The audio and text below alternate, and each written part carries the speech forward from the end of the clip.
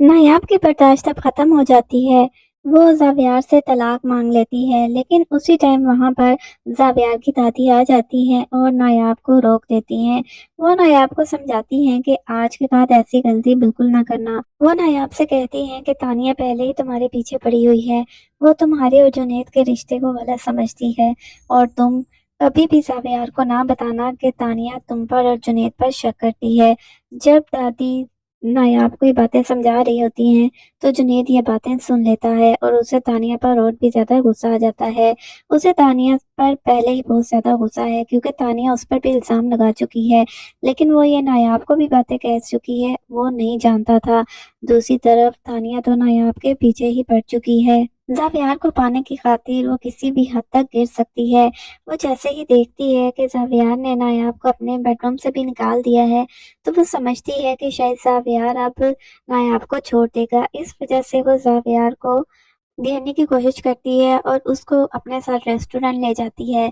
वहाँ पर वो उसको कहती है कि अगर तुमने मुझे अपना लिया होता, तो आज 4 ज़िंदगियाँ बर्बाद ना होती। वो कोई मौका नहीं छोड़ रही ज़ावियार को पाने का और ज़ावियार को उल्टे-पुल्टे मशवरे देने लगती है। ज़ावियार तो कभी भी तानिया से मोहब्बत नहीं करता था, वो तो हमेशा से नायाब को ही चाहता है। लेकिन तानिया को ये बात समझ नहीं आएगी। तानिया ने अपनी ज़िंदगी तो बर्बाद कर ली है, अब नायाब और ज़ावियार की ज़िंदगी में भी वो ज़हर घोल रही है। जबकि दूसरी तरफ आपको बताते चलें कि निगार गज़नफ़र को कहती है कि बीजान को बाहर भेज दें, क्योंकि ये मेरे रास्ते में आ रहे हैं। नायाब की बहुत ज़्यादा साइड लेती हैं ये, और जब ये दोनों बातें कर रहे होते हैं तो बीजान इन दोनों की बातें सुन लेती हैं और उनसे तो बर्दाश्त ही नहीं होता कि मैं इन लोगों को इतनी बुरी लगती हूँ। मेरा ही बेटा मेरी जायदाद अपने नाम करवा चुका है और अब मुझे इस घर से निकलवाना चाहता है। उनसे बिल्कुल भी ये बातें बर्दाश्त नहीं होंगी और वो बीमार हो जाएँगी। इस तरह नायाब एक बार फिर से अकेली हो जाएगी। सिर्फ़ इस घर में एक दादी ही हैं जो कि नायाब की साइड लेती हैं, और बीजान की वजह से निगार में हिम्मत नहीं होती कि वो नायाब को बातें सुना सके। जुनैद भी नायाब के साइड पर है, लेकिन उसकी तो कोई इस घर में सुनता ही नहीं है। ज़ावियार जैसा इंसान जो कि अपने माँ-बाप के इशारों पर नाचता है, वो नायाब के साथ हमेशा ही बुरा करता रहा है निगार की बातों में आकर। ज़ावियार जानता भी था कि नायाब बहुत भोली और सीधी-सादी है, लेकिन फिर भी वो अपनी माँ की बातों में ही यकीन करता था।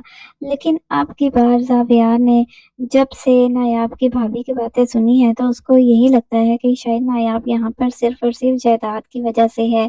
वो नायाब को सीधी तरह कह देता है कि मैं जानता हूँ कि तुम्हें बच्चे की ज़रूरत नहीं है, बल्कि तुम तो इस घर की जायदाद के पीछे हो।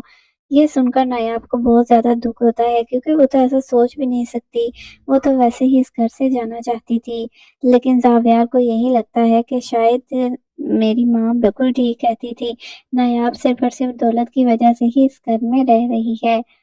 ज़ावियार अपने बच्चे से बिल्कुल भी नायाब को मिलने नहीं दे रहा। नायाब बहुत ज़्यादा तड़प रही है। ज़ावियार उस पर बहुत ज़्यादा ज़ुल्म कर रहा है। एक माँ को अपने बच्चे से अलग करने से बड़ा कोई भी ज़ुल्म नहीं होता, लेकिन नायाब फिर भी बर्दाश्त कर रही है। ये बात दादी ज़ावियार को समझाती भी है, लेकिन ज़ावियार की अक्ल में कोई भी बात नहीं आती। वो तो बस यही समझता है कि शायद नायाब सिर्फ़ और सिर्फ़ दौलत की वजह से ही यहाँ पर है, और वो नायाब को बहुत ही कम अकल समझता है।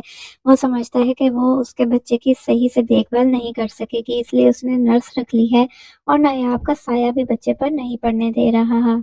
दोनों मियाँ-बीवी के दरमियान बहुत ज़्यादा फासले हो चुके हैं, दोनों की आए दिन लड़ाई होती रहती है। तो दोस्तों, आप लोगों को क्या लगता है कि आगे जाकर इन दोनों का रिश्ता मज़ीद ख़राब हो जाएगा या ज़ावियार को अकल आ जाएगी? नीचे कमेंट सेक्शन में अपनी राय का इज़हार ज़रूर कीजिएगा।